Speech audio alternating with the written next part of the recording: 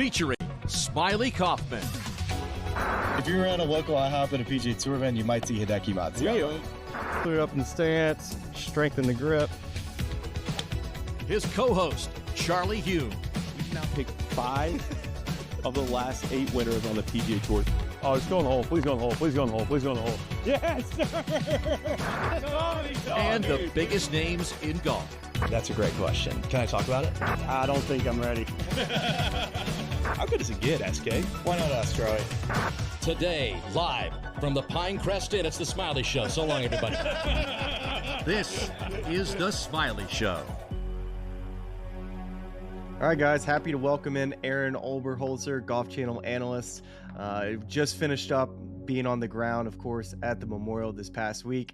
And I could see you are at home, and I love this poster we have behind us here, Arron. Tell us about Seeing is Believing. Tell us about that. That was so it was a cover of, what was it? Golf Week? Golf World. It was a cover of Golf World after I won Pebble Beach in 2006. And I have a couple of the copies of the originals, like the normal magazine, but Paul Vizonko, who you and I know very well, I'm sure. Paul, I've been working with, I worked with Paul since I was practically in college back in the late 90s and on the mini tours in the late 90s, and him and Scottie would build me putters. So Paul had it blown up and put in his office. And when I retired in 2014, officially from playing professional golf, he asked me, he's like, "Hey, do you want this, this big old poster board?" Because I'd walk into his office. I'm like, "Why do you have that on the wall?" He's like, "Dude, you were one of the first guys to win with the Futura putter." And the Futura putter. The Futura putter, the potato masher. Yes. And so I won at Pebble with the Futura. And so he put that on the wall, and he said, "Do you want it?" I said, "Yeah, I'd love it. I think it'd go well in the office." So he shipped it over to me, and I put it on the wall and proudly display it. That Futura putter, it was like a spaceship, and at the time, totally, it was the blade era. So like something like that was so out of the norm. It stuck out like a sore thumb. But that putter always looked like clothes to me. I don't know if you dealt with alignment issues at all with that putter. Clearly it worked that week, but always like when I set it down, it just didn't look quite right. So I got a good story. I don't know if I've told you. I think I've told Byram the story, our colleague. But so how that putter came about to be in my bag was that in 2004, Joey Sindelar beat me in a playoff at Wells Fargo. Then Wachovia, now Truist at Quail Hollow. Beat me in a playoff at Quail Hollow using that very putter. The original, the absolute, he was the first to win with it. And the original. So I was like, I get to the end of the year and we're playing this kind of fun deal in Jeju Island, South Korea. And it was the 36 guys on the money list, the top 30 who wanted to go. It was during Thanksgiving week, so not a lot of guys showed up, but there was there were some solid players there. Miguel cool place, right? was there. What's that? It was a really cool spot, Jeju Island, it was a right? great spot. Yeah, it was a great spot. The guys loved it. Yeah, it was really cool. And anyway, we get into the event. My brother's caddying for me because my caddy wanted the week off because it was Thanksgiving. So my brother's caddying for me, and I get to 10, and I'm using this beautiful carbon black Scotty Cameron, Newport. It's gorgeous. And I 3-putt from 20 feet straight uphill. And I take that putter, and I, how we do when we get angry and we kind of do like this and we bend it a little bit. Well, I got so angry, I actually bent the head with my bare hands. And I go down to tap it in, and I go, "You got to be kidding me!" And I called my brother over, and I go, "Dude," "Hey, bring me the wedge." He goes, "What are you talking about? Just tap it in." And I go, "I bent my putter." He goes, "He's a football player through college." He goes, "Well, bend it back." And I said, "It doesn't work that way, buddy. I got to take this out of play." So I putted with my wedge the rest of the round, that first round on this deal, and then. It's funny when you were talking about in the broadcast yesterday at Memorial, always have a backup driver, always have a backup putter. Those words could never have meant more. I had no backup driver in Jeju, and I had no backup putter. So I had nothing. No trucks. I mean, we're in the middle of the, Pacific Ocean. It's just got to have it. You got to have it. You got to have it. And I was an idiot and didn't bring either. So I'm going room to room, all the guys in the hotel. Hey, you got an extra putter? Hey, you got an extra putter? And finally, Pernice says, yeah, I got an extra putter, but it's this, it's the Futura. And I look at it and I'm like, oh my God, this thing is so foreign. So the next day it's blowing 30 and raining sideways, but I got to go downstairs because I say, I'll take it. It's a Scottie Cameron. I'll take it. So I go down and I start putting on the putting green in this 30 mile an hour winds, 20 to 30 mile an hour winds and raining sideways. And I'm making everything. I'm making everything. So I'm like, okay, maybe this thing's pretty good. Well, I end up going on and winning the golf tournament with his backup putter. What? Wait, so you're telling me that same week you won? Yeah, I won in 2000. I won in 2004 for the first time with it. The Jeju Island event you won? Well, no, it was kind of a made for TV for Shinhan. It was only 36 guys in the field. But you still won the tournament. But I won the tournament with Tom Pernice's backup putter. Hold on. So you're telling me you played a 72 hole golf tournament, and for 17 of the first 18 holes you putted with a wedge and still won? No, I putted with the wedge the last 8 holes of the first round. But you still won a golf tournament putting with a wedge for 8 holes. Yes. That is probably going to be in the record books of something that never happens. Like, that's got to be the highest number, right? Or me being, or my buddies would say, oh, that's just Oberholser being stupid. Being an idiot. I don't know. I mean, Charlie, do you mind popping in here for a second just to I need to get your take on this. Do you think we should submit this to the Guinness Book of World Records, right? The Guinness Book of Guinness. We submit to the Guinness Book of World Records and the Guinness Book of World Records. You've been drinking too much Guinness. Yeah. I know. It's always on my mind. Sorry, guys. The Guinness Book of World Records. Are we on the right page here? Like, absolutely. That's insane. I mean, I love a number of things about this. As a resident putter tinkerer, like always trying to do this. I'm coming off a weekend where I just decided in the middle of the weekend the saw was not working. We went back to regular grip. So bending putters, anything in that category. I love a story like this. So yes, submit it to the Guinness and the Guinness. Yeah, it was. Yeah, it was. And I just putted with a bladed a pitching wedge the rest of the way. So good. For that back 9, I think I shot 1 over on the back. I parred the rest of the holes. Yeah, how'd you putt? Shot 1 over. Was okay. It was windy. What's that? How did you putt on those 8 holes with the wedge? Like, did you? I putted well. Yeah.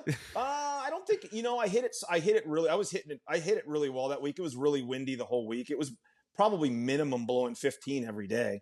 And that day was probably blowing 15 to 20, not nearly as hard as the next day. Kevin Na and I tied for lowest round at 73 the next day when it was blowing 30. I hit a 3-wood from 190 yards. That's how hard it was blowing. Can I just ask while I'm in here, was this pre hybrid era? And if given the same presentation of situation again today, would you have opted for bladed wedge over hybrid in terms of putting? I'll always opt for a bladed wedge because I'm of that generation at 51 years old that learned how to blade a wedge when it was sitting up against the collar. So and it was honestly my first coach, Roger Graves at Crystal Springs in Northern California. He actually had me practice putting blading a wedge. So it teaches your body and your hands and everything to stay real still. So I would actually practice putting with my wedge just as a drill to keep everything still, keep my head still, keep my body nice and solid over the ball. And so I was very attuned to it and understood it. Faxon actually recommends that, Charlie. He'll take on a beginning lesson, he'll take you around the green and he'll have you use like 4 different clubs. He'll have you blade a wedge, you take a 7-iron, take a 3-wood, and oftentimes he'll say he leaves his lessons with these pros and they're making everything with these clubs, and the players have this moment of, am I overcomplicating this? Yeah.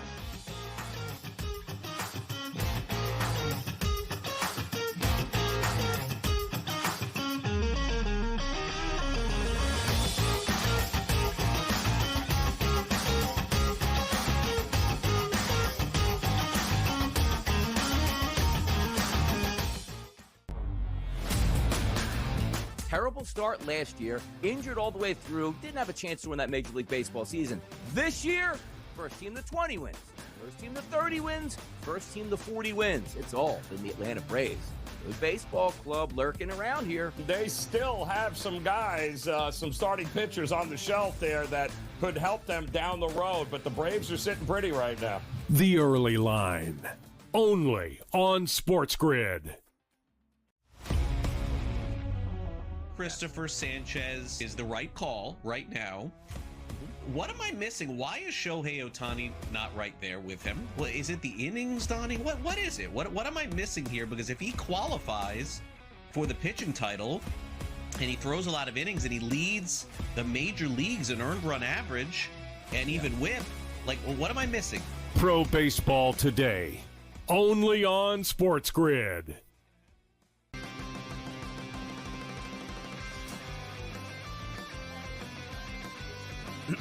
Class is in session.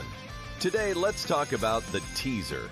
A teaser is a multi-leg bet where you shift the point spread in your favor. You get better numbers, but every selection has to win. It doesn't matter what you bet if you don't have the insights. Tune into SportsGrid and get ahead of the class.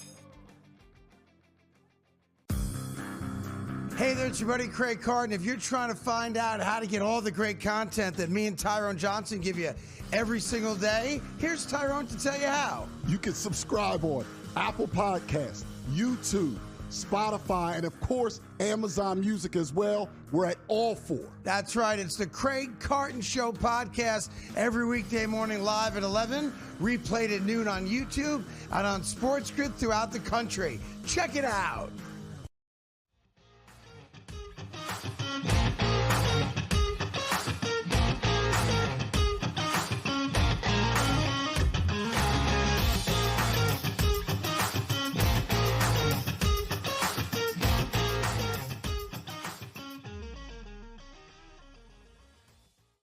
Tiger has done it a lot too, right, over the years. You see him practicing with that a lot, with that bladed wedge putting. Yeah, well, Tiger and I, we obviously played a decent amount of college golf against one another, and so we're both of the same vintage. So he's the same thing. There's another shot that I never see players play around the greens too these days that I saw that would have worked really well last week at Memorial and also at Colonial the week before, that I just don't see guys playing around the greens anymore, just because I don't think anybody teaches it, but it was taught to me by same pro up at Crystal Springs, who was a big Paul Runyon fan, an old school fan. And Paul Runyon was, I think his nickname was Little Poison. And he was a short game genius, really, well before all the short game geniuses and gurus. But he would take a wedge or a putter. And it's really kind of a show me. It's hard to describe it, but he would take a wedge of any kind, put it like off of his back right foot, okay, way back, and he'd get the toe into the ground where the heel's way off the ground, and then he'd take his putting grip. You'd take your putting grip, reverse overlap putting grip, and you'd literally make a putting stroke, but with it way back in the stance, it'd come off kind of knuckly, but it comes out of those deep Bermuda lies and those kind of thick. Like where I grew up with a lot of poana and rye and lots of different mixture of grasses in Northern California, you could just, it would come off rolling like a putt. It would just pop out and roll like a putt the rest of the way. It was a great shot to have. I'd like to see more guys play that shot, quite honestly. It's the anti-chunk, Charlie, is what he's talking about. Like, this is how, if you got green to work with here, putting that toe in the ground and what he's talking about, getting it rolling, I think it's a little bit more of a, an into out motion, because you got it so far back. It's going to help get that, into out motion. It's a little bit of a hook shot almost, but with a putting stroke, and that gets that ball just humming on the ground. But have you ever seen like, the lies I'm talking about, Smylie, where you get into that kind of that step cut right off the fringe and it's sitting down and you're like, but you don't have a lot of green to work with. And you're sitting, well, if I get this too much, I could duff it and it goes on the green by a yard, or I'm going to gun this thing right by the hole. This shot kind of always was good for me in those situations. Are you trying to hit it off of the toe if you're standing it up like that with the heel off I'm the literally ground? literally trying to kill it off the toe. Do it, I think. Yep. Yeah. I'm literally trying to hit it on the toe. And what it does, it kills the momentum and it comes out dead. And if you practice it enough, I mean, I've chipped in with it more than a few times, and from high school all the way through my professional career, just because it works so well. Add it to the Smylie Show short game library. Yeah, I mean, just another shot we have here now. I think so. And where I see it, where I think it really works, you see it all the time on the PGA Tour. Maybe not quite as much at your golf course that you play at home, but first cuts that we've seen recently are a little bit on the longer side, but still sticky. So like they'll sit down and just enough to where you feel like a 60 degree feels, if you play it shallow, that you have to take a bigger swing than you want to. And then if you put it kind of back in your stance, it feels like when you hit the ball, it's going to come out with too much. And so you're kind of in this in-between zone of, how do I just get this ball? I just need to get it rolling and not screw up and duff it or hit it too hard. That's exactly right. And I think that this shot, it's funny. I want to come in, but I don't have the time. You don't have the time on the ground to describe certain things. Yeah, but I'd love to say, Smylie, a couple times this last week when you went on your, like, this is really the Paul Runyon shot would work perfectly here. If the guy Paul Runyon, that would have thrown me for a loop. Kurt would have been like, "You don't know Paul Runyon?" I'm like, "Help me, educate me." We need Aaron to go shoot video explaining the shot, walking us through it, and then take that video, make a social clip to give another piece of content out there for people trying to learn the short game. I love this. Do that. I love this. You guys, I'd be happy to do what was that. Hold on, no, what was before I knew you, Aaron, you always popped up on my television on commercials. What was that wedge you always were promoting? It was the XE1 to begin with, and then it was the C3i. So yeah, those wedges, they work, man. I'm telling you. What was like the design? Like, what was the design of these things? You remember the original? Remember the Hogan Sure Out when you were probably a kid? You remember the Hogan Sure Out? Hold on, let me Google it here. What is it called? I vaguely recall this. Yeah. So what is it? The Hogan what? The Hogan Sure Out. I've got to give Ben Hogan. Yeah. So I got to give Ben all the props in the world, because I mean I think he was. Oh the yeah. Yes. So huge flange, lots of bounce. Yes. And so basically it was a wedge for people who struggled around the greens and in bunkers. And that's basically, that's what the Alien, in my opinion, remember the old Alien wedge? Oh, yes. So this was supposed to be a little more wedge looking version of that. Got it. Okay. Yeah. Well, before I knew you, I love you, because I was like, this guy is selling this wedge, and one of these days I'm going to bite. I'm going to bite on this thing. I just sent. There it is. Yes, the Hogan Sure. Yeah. So I had that I used to chip with that in my hallway. Like, my dad had one, and I didn't know this is what it was, but that thing, it was a wide sole, tons of bounce. Yep. Yeah, legit. It was legit. I remember messing around with one when I was a kid in Northern California. We'd get all kinds. You played enough around the West Coast to know. We get all kinds of goofy lies on the West Coast, man. And they would look so unassuming. That's the hard part. You walk up to it, it's like, oh, this is no big deal. And then you duff it a yard.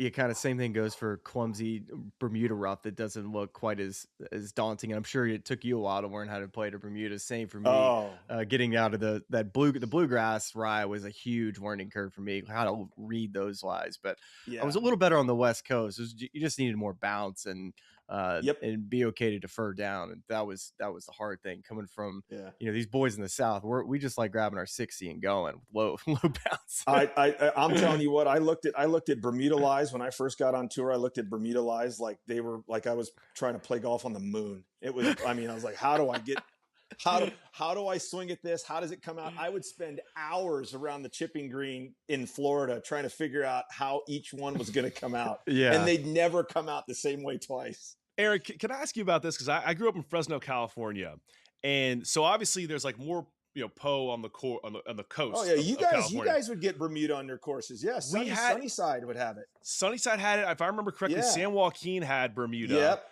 Fort Washington still had big, because they had those big old green fans behind the green. Yep.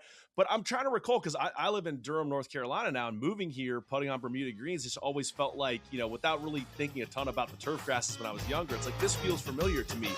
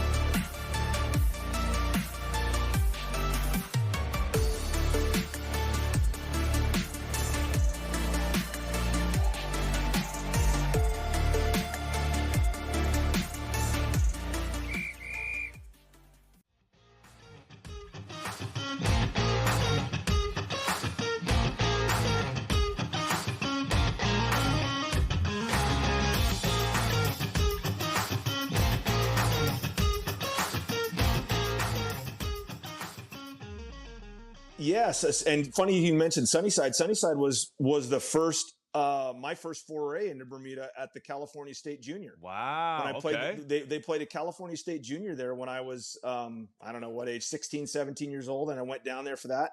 And that's my first time the very first time I ever saw Bermuda grass. And I was like, whoa, what is this? Yes. And Yeah. San Joaquin, and I did not like it. San Joaquin, I remember Michael Jordan had like a basketball camp at the height of his like Bulls days that he hosted at Fresno State, and he would go out in the afternoon and play San Joaquin and play on those Bermuda greens because the conditioning was so good at the time. It's an interesting little pocket there. Yeah, and Fresno, we played Fresno State's tournament every year on one of those 3 or 4 courses: Fort Washington, Belmont. Yes. Remember Belmont? Yeah. Oh, Belmont, and San Joaquin. San Joaquin is underrated. I always Totally. loved playing San Joaquin. Great course. Yes. You West Coast guys, man. I don't even know what y'all are talking about. we're spoiled. Honestly, growing up playing golf in California, and especially Central and Northern California, quite honestly, we were spoiled. Because you get so many different conditions. And, back in the day when we were hitting balata golf balls, back in my day, it was hard. Like if you shot under par in a high school match, you played your butt off. Really? You played your butt off if you shot under par in Northern California in a high school match. Because it would blow 1 o'clock in the spring, the fan would come on, and it'd blow about 15 to 25 every day. It gets and dried out. It was tough to score. Yeah, tough to score. And the conditions are so different from the coast to the Central Valley. Like you can get a million different types of golf all in the span of 60, 100 miles.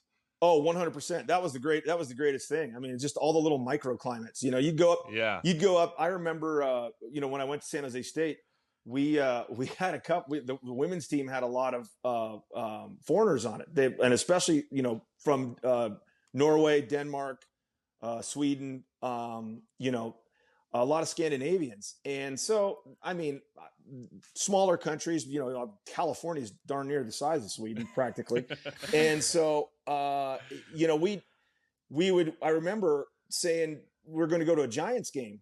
When it was they were still at Candlestick. Yep. And we're in San Jose. And it's like mid-May. So it's probably mid-80s in San Jose. And it's, everybody's in shorts and t-shirts and it's warm. And I said, hey, girls, I mean, you're going to want to bring jeans, put on jeans and bring a sweater, and I'll bring plenty of blankets. And they're like, what are you talking about? And we get up there and they're like, oh my God, it's a 45-minute hour ride. And it was, I mean, the temperature dropped 30 degrees. Candlestick is its own microclimate. It's like San Francisco is just Candlestick's completely different. Yeah. Crazy. They couldn't believe it. We went from 85 to 55 in an hour. So good. Well, speaking of tough to score in different climates, we kind of had that this past week, AO, in Muirfield Village. We had dry and windy for the Thursday and Friday. Some called it maybe some of the most difficult conditions they played on the PGA Tour. Saturday and Sunday, it's rainy. And I actually posed this question to Charlie on the podcast, also brought it up to our Golf Channel team in a commercial. And so I just need you to verbalize this to our audience, which is if you have the 12th hole at Augusta and the 12th hole at Memorial and your life depends on it, and you have to make a par, which one are you choosing? You were quick to answer. So, and I gotta hear the reasoning why. I chimed in on that as quickly as I could when we were in commercial, and I said 12 at Augusta all day long because it's a 9-iron. I mean, it's still kind of a 9-iron at Memorial too. So, okay, so it's similar-ish distances. It's similar. It's similar. I think Augusta actually, the 12th at Augusta actually gives you a bail area. You actually have kind of that back leftish area where you can go and you can, if you're going to make a par, your life depends on it. I'll take 12 at Augusta all day long. It's over the center of that bunker. It's over the right center of that bunker all day long at Augusta, and just make this golf swing. And I feel like my short game was good enough where I could get it up and down from just about anywhere but the water on 12 at Augusta. That's fair.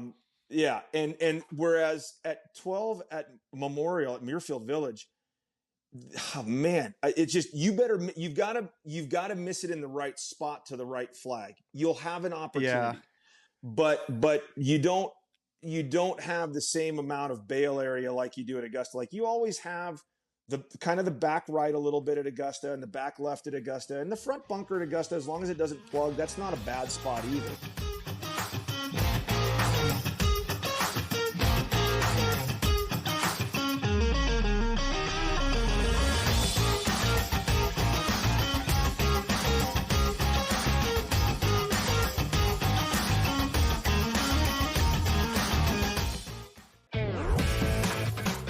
Talk has been about sports betting handle being down or flat, right, because of the threat of prediction markets and the growth of them. But we've seen Kalshi actually kind of plateau for the first time in recent memory. Looking at a graphic right now, we've had the spike for the Super Bowl, and then this is usually when things die down. Yes, there's March Madness, but usually sports betting handle kind of goes down over the course of the spring and summer until we get back to football season. Newswire, only on SportsGrid. For Abdul Carter. Hey, son, you want to be a leader? Show up to meetings on time. Don't be late to practice. This guy's sitting there trying to tell me that he's got a problem with Jackson Dart going to a Trump rally when he can't even show up to a meeting on time? And he can't show up to practice and he's late? Dude. Outspoken with Dan Cilio, only on SportsGrid.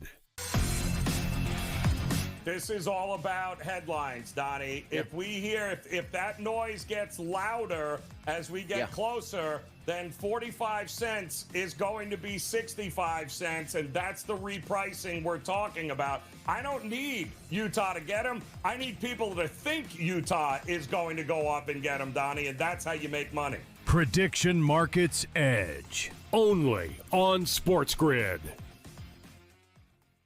Craig Carton along with Tyrone Johnson. We got great news for you. CraigCartonShow.com. And Tyrone, what do you get if you go to that amazing website? Well, right now you can subscribe to our upcoming newsletter. You put in your email address, and then bang, you'll get all the new Craig Carton Show content when it arrives. Not just that, you also get merch drops, exclusive content, and appearances. So again, one more time, that website is CraigCartonShow.com.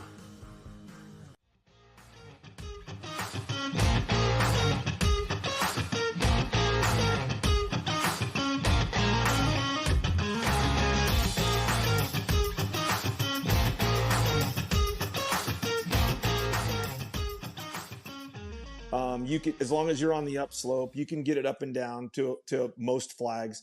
But at Memorial, my goodness, I mean, we saw carnage on that brutal, hole. Man. Awful, awful. Yeah, So, I mean, if you put out a public poll, wouldn't you think that it would probably be like 70-30 that people would pick Memorial over Augusta? Like, wouldn't you think? Because those 70% have never played Memorial. That's right. Never hit the shot. They never been in that back conditions. bunker, right? Gosh. Well, honestly though, Smylie, it's also I think what makes that tee shot a little bit more daunting and scary to a certain extent is that people don't realize it's downhill. So that ball stays in the air longer than, you're pretty level on 12 at Augusta. Mm-hmm. You're not shooting downhill. You're pretty much shooting at the same level as the green, where I think that makes that shot a little bit easier. But anytime you're elevated with swirling winds, and I know both places the wind swirls. Because you want to flight it, and it's coming in. It would be coming in technically at shallower a little angle. bit, shallower angle, Yeah. and just maybe coming in a little faster too. Exactly. All right, there we go. It's answered. You have it. It's 12 at Augusta. Life depends on it. All right. You were out on the ground this week. AO, you got to see a lot of good golf. You and I were having a pretty interesting conversation. You were watching the warm up of Scottie Scheffler on, I believe it was it Saturday? Correct me if I'm wrong. I think it was Saturday. Yeah, I think it was Saturday. Right. We just finished up watching him on Thursday, Friday, where, he found his golf swing a little bit late on Friday, but I think Thursday and midway through the day Friday, you could tell just was fighting it a little bit. And so I just kind of wanted to get your perspective on this, because I don't think we really finished our conversation about maybe kind of what you've seen in Scottie's golf swing that you think might be getting him a little bit off. I can point to even just yesterday when he's on the third tee and he's got a 7-1 in his hand to a 40-yard fairway, wide fairway, and he misses it out to the right. Like, these are uncharacteristic misses for him. What do you see? I see a potential sequencing and timing issue that I haven't seen out of his body and arm swing. I think I see certain things when I really studied him on the range, and who knows what Randy and Scottie would actually say. They might tell me I'm full of it, but I look at it, and it seems like sometimes, and he might be trying to do this, but sometimes he'll maintain the width in his swing really well, and he'll stay wide, and he'll maintain that angle all the way through the golf swing. And that seems to me when he hits his best shots. When a couple times on the range, it was really weird. He had almost like a downset from the top, and he got narrow, or he would get narrower.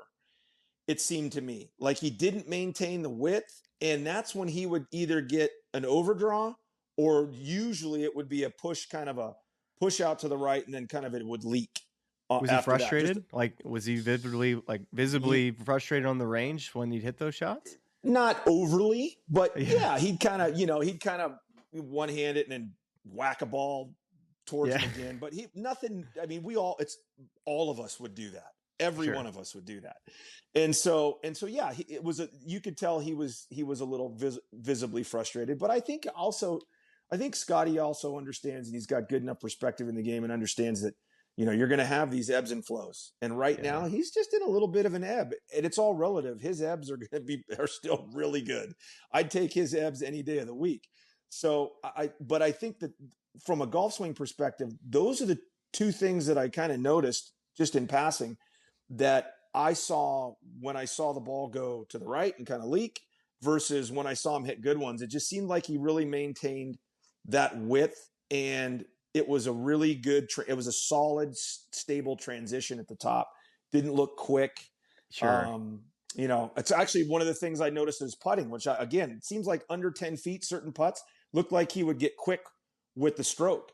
I noticed that too. Yeah. Yeah. Did you notice that? So I saw that a couple times this week where I'm like, certain putts, not every putt inside 10 feet, but certain putts, it's just like the stroke just didn't have a nice discernible pause to it, somewhat transition to it. It was a very quick transition in a stroke on some short putts. Outside of that, it's pretty much business as usual. His good shots are really good. We evaluate him on such a high baseline, right? For what we know he's capable of. And, we're always looking at the stats too, to help, be our guide to see, how he measures up against everybody else. But we, for quite some time, we've looked at his numbers and we've just compared him to Tigers. But in a year like this, we're trying to, connect all the dots with Scottie, because he's, around the green, it's fantastic. Off the tee is really good. He was a little off with the driver to start the year, kind of testing and toying with different driver heads, which seems like he's kind of got that all figured out and more confident what he's got in his bag.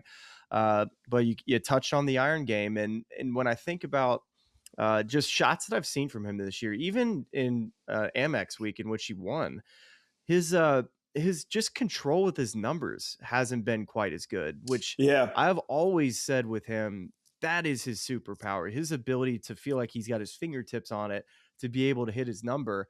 And now we're starting to see at times just the lefts and the rights come up too along with it. So you're seeing a short and long miss, which I think if you played with Tiger AO you talked about it just a minute ago. What he was so great at was hitting it pin high. And that's what Scottie is. That's what his superpower is. I think, and I don't know if this is the case, because I haven't asked Scottie. I haven't talked to Scottie about it, and I haven't talked to Randy about it. But when I noticed, and this is just in general, and I'm not saying this is what's going on with Scottie at all. So let me preface the next statement by saying that. But I've noticed this trend at times, and I noticed it with Rory a few years ago when Rory tried to have fun and chase DeChambeau and chase the speed and chase speed.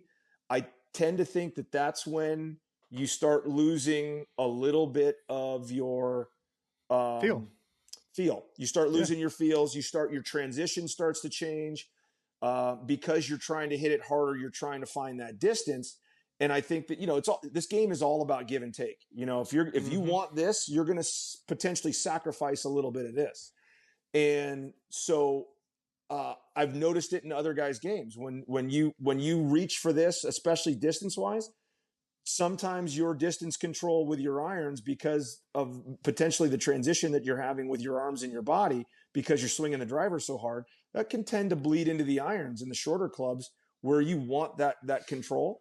And maybe, just maybe, spitballing that if he's been in the business of potentially chasing some speed, that could be one of the issues. Possibly could be. It very well could be. Scottie's been on the record for saying that that's not something that he's always tried to chase, but very well could be, something that he's tried to add a couple yards here and there, and that's affected timing just fractionally. But I also will say too, I think only people on the ground that cover the game like yourself, and just seeing Scottie's ball flight in person and how high he can hit an iron, and what has always driven me crazy, and it makes me frustrated as a golfer, because I wish I had this type of feel and trust, is to hit it as high as he does into especially, crosswinds, and being able to hit his number and trust how much spin he's putting on the golf ball and how much the wind is going to affect it. It's incredible. And that's the thing that he's been so good at. I think that comes down to, I believe with Scottie, much like, I think for me, this is me. I mean, I'd love to hear your theories on it too, and your players, but the guys with the greatest club face stability through the shot right now on tour are Scottie and Colin Morikawa. I think those guys, they control their dynamic loft, which is the loft that you present to the golf ball at impact. They control their dynamic loft better than anybody else on tour, in my humble opinion. They just, that number is just on lock. And then the way they enter the golf, they do it two different ways. That's the amazing part.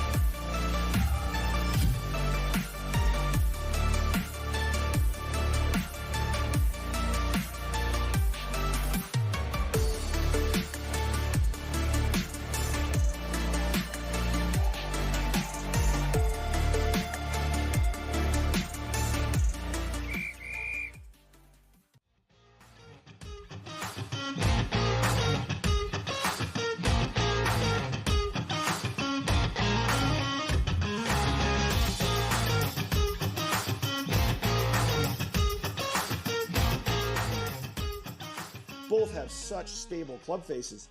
And I think that with Scottie, that stable club face is producing that consistent window.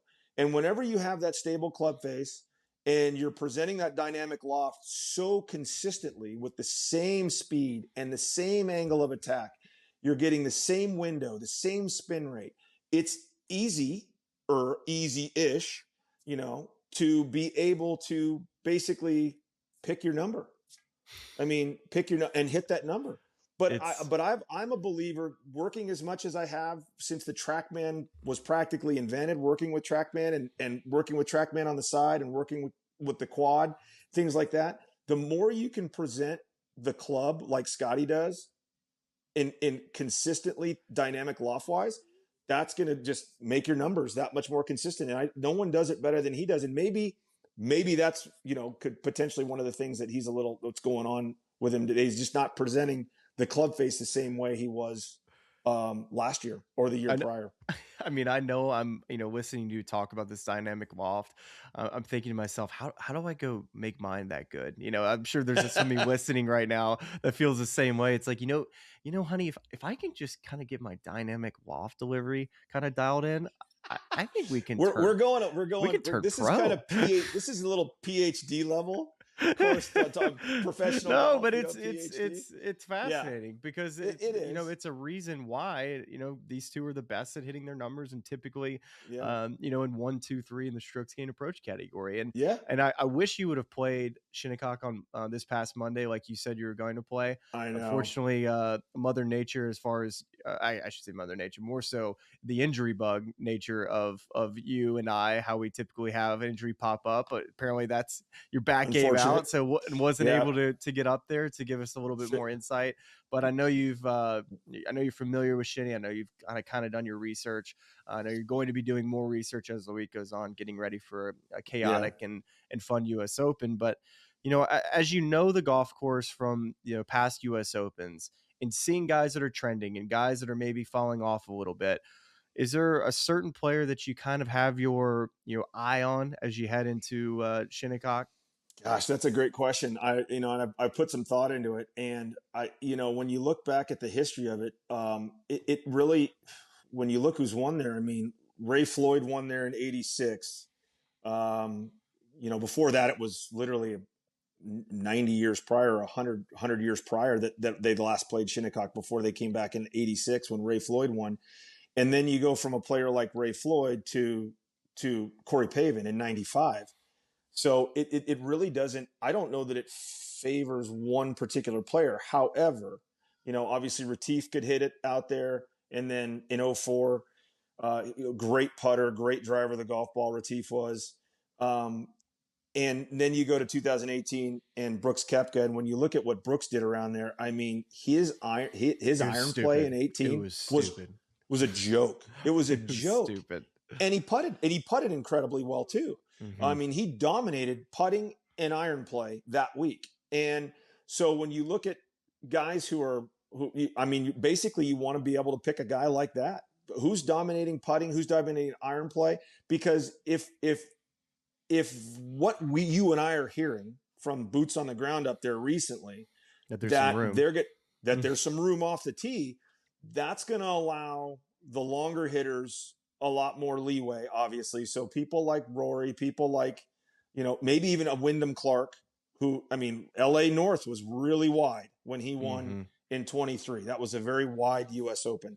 They had the big corridors and the fairways were wider than normal. And, John Bodenhammer has talked about how he wants to maintain the integrity of the architecture at US Opens. And so if Shinnecock originally was meant to play with some width and you're meant to create angles, I think John and the USGA are going to adhere to that to a certain extent, which I think are going to bring in.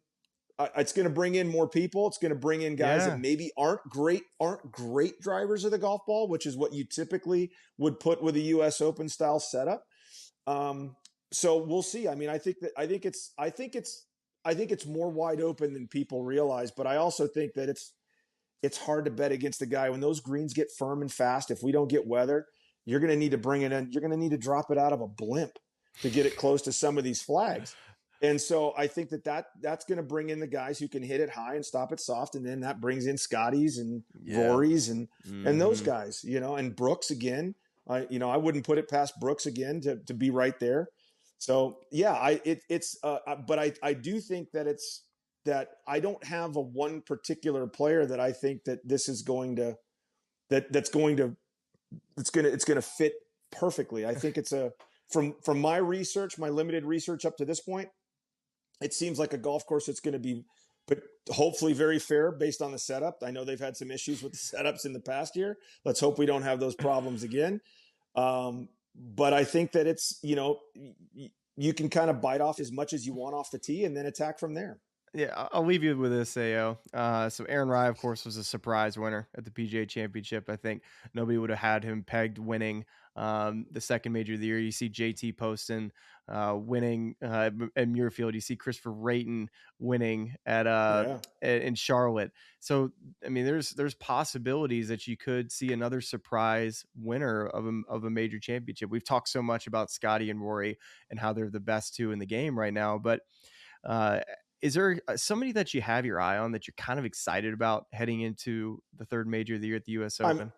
3 second place finishes, and I know I'm a creature of the moment, but Ryan Gerard. I mean, you want to talk about an outside the box pick for the U.S. Open, who's just playing with a ton of confidence right now, and just good iron feels player. like really good and iron a player. very good iron player. Hits it a mile, But there's no substitute for confidence either.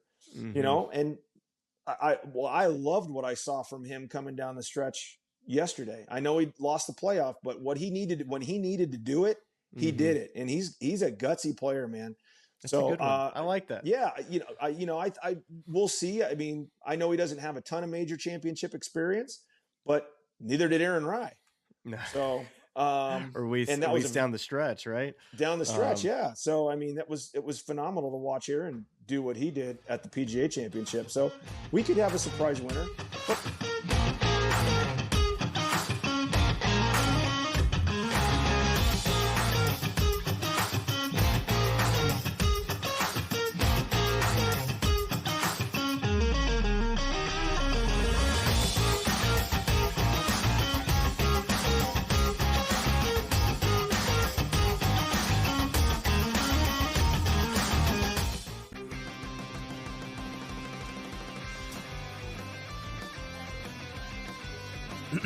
Class is in session. Today, let's talk about the teaser. A teaser is a multi-leg bet where you shift the point spread in your favor. You get better numbers, but every selection has to win. It doesn't matter what you bet if you don't have the insights. Tune into SportsGrid and get ahead of the class. Terrible start last year, injured all the way through, didn't have a chance to win that Major League Baseball season. This year, first team to 20 wins, first team to 30 wins, first team to 40 wins. It's all in the Atlanta Braves. Good baseball club lurking around here. They still have some guys, some starting pitchers on the shelf there that could help them down the road, but the Braves are sitting pretty right now. The early line, only on SportsGrid. For Abdul Carter. Hey, son, you want to be a leader? Show up to meetings on time. Don't be late to practice. This guy's sitting there trying to tell me that he's got a problem with Jackson Dart going to a Trump rally when he can't even show up to a meeting on time? And he can't show up to practice and he's late? Dude. Outspoken with Dan Cilio, only on SportsGrid. Well, the talk has been about sports betting handle being down or flat, right, because of the threat of prediction markets and the growth of them. But we've seen Kalshi actually kind of plateau for the first time in recent memory. Looking at a graphic right now, we've had the spike for the Super Bowl, and then this is usually when things die down. Yes, there's March Madness, but usually sports betting handle kind of goes down over the course of the spring and summer until we get back to football season. Newswire, only on SportsGrid.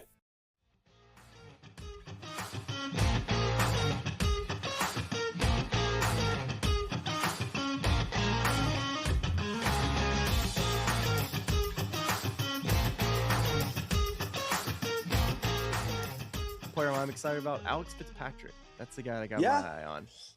He's Yep. kind of a sleeper in my mind. Played really well, got in contention, playing with confidence. Hasn't won by himself on the PGA Tour yet or at a major championship, but he's trending. Had a very sneaky backdoor top 10 last week, yesterday. Very sneaky. I'm looking at the scores, the final. I'm like, holy mackerel, Alex. That's fantastic stuff. He's legit. There's no doubt he's legit. You know, something for live from that you can use as well is that he broke his driver shaft on Thursday, and they kept sending him a shaft on Friday, on Saturday. So he's putting these different shafts in his driver, trying to match up to his gamer. It had broke from his caddy, just like putting his arm on it, like weirdly in the bag. And it just, I don't know if it was already off a little bit, but he couldn't quite get that shaft to match up the ball flight that he had in his gamer, which by the way, got to have your driver shaft with you and have a backup. Have a backup. And so he's like, I guess we're just going to play the draw today. So he went out, and not only did he play the draw, he shoot 7 under on Sunday. He shot 7 under. And, for a moment, with a driver like he could post. Yeah. That's, I mean, when people ask me, well, how good are PGA Tour players? Well, that's how good PGA Tour players are. And they can go to a place like Memorial and Muirfield Village. It's playing brutal with a driver they don't like and shoot 7 under. That's right. You know? Hey, Charlie, pop in right in here real quick. I got to get AO's, we got the Guinness Book of World Records. I want to just keep calling it the Guinness. The Guinness. You're the Guinness. Yeah. It's according to Smylie. It's a separate record book we're forming here on the show. So just stay tuned for that. Yeah. But how about an over-under? Charlie keeps asking me this, and the over-under is 3.5 brothers. And we're talking about the Højgaard brothers, and we're talking about the Fitzpatrick brothers. How many of these brothers make it on to the Ryder Cup team at Adair Manor? He's over under, he has said, is 3.5. Oh my gosh. That's a great question. 3.5. Oh man. I'm trying to think. Let's see. Well, that's less than a year and a half from now, right? Rasmus, Nikolai, Matt, and Alex. I mean, who you leaving off? The fair over under is like 2.5. Probably, like that's a more reasonable line, but with 3.5's in play. Man, Matt's on the team. Well, yeah. I think that's a no-brainer. Matt's on the team. I think one of the Højgaards. I mean, they both played on the last two. One of them played. I would imagine. I'm trying to think of the European that might be falling off of that team. Justin Rose is the oldest, but he's still playing phenomenal golf. He might make that team next year. So I'm like, there might not be a spot for both Højgaards and both Fitzpatricks, even though they're all four of them are more than capable of playing on that team. Aaron Rai just won a PGA championship. Exactly. Now you got Rai. Yeah, this is what's going to screw up this European team is that we need more random winners. So that it the Americans have to deal with this every year. You got all these players that have like good years. The next thing you know, you got players that have always been on these teams are on the outside looking in. You're like, wait, do we take the veteran or we take the player who's been playing good this year? That was literally Bethpage with the U.S. guys. Yeah. Oh yeah, 100%. Trust me, Luke Donald right now, he'd take the exact same team and just run it back for 3 years in a row. I mean, all you did was trade out a Højgaard brother. And it was a genetically identical team. And did you know? Like, do we know if it was Nikolai or Rasmus? Nobody knows. Oh man, the fun they must have had with their teachers. But it was, I mean, 3.5 seems aggressive. Obvious to your point with Rai, it seems aggressive. I would go. I don't know. Do you need the hook? Could you just go 3? Yeah, I mean, 3.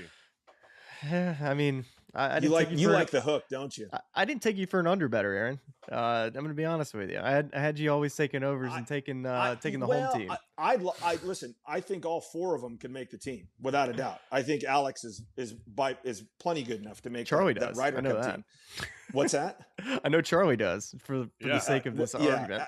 Yeah. No, he's good enough to make that team. It's just like when you look at it, Europe is. They used to have depth issues. Europe does not have depth issues anymore. I mean, they're stacked. I mean, Luke could trade out a lot of different guys, and a lot of different guys are going to have the opportunity to make that team. Well, I look forward to checking it all out. All right, Charlie, you and I, we need to go work on our dynamic loft and maintaining it so that we can hit it pin high, that we can continue more members. I'll show you that. That's the one I want. That's right. We cannot get that video fast enough, Aaron. I'm straight to the short game area once I get that. So yeah, learned a lot. AO, buddy, thanks for coming on. We need to do this again sometime because we could do this for hours, which is awesome. It's tons of fun. Thanks for having me, guys. Aaron. Appreciate it. Thanks, buddy. See you. We'll see you next week on the Golf Channel. This has been The Smylie Show. You know, I listen to this podcast. It's really cool. And all of our lovely fans and subscribers, but make sure you like and subscribe. It's cool to see what you guys are doing. I know golf fans appreciate it, but we do too, so please keep it up. For all the good people at YouTube, like and subscribe. You guys have some good takes, so I'm happy to come on and shoot the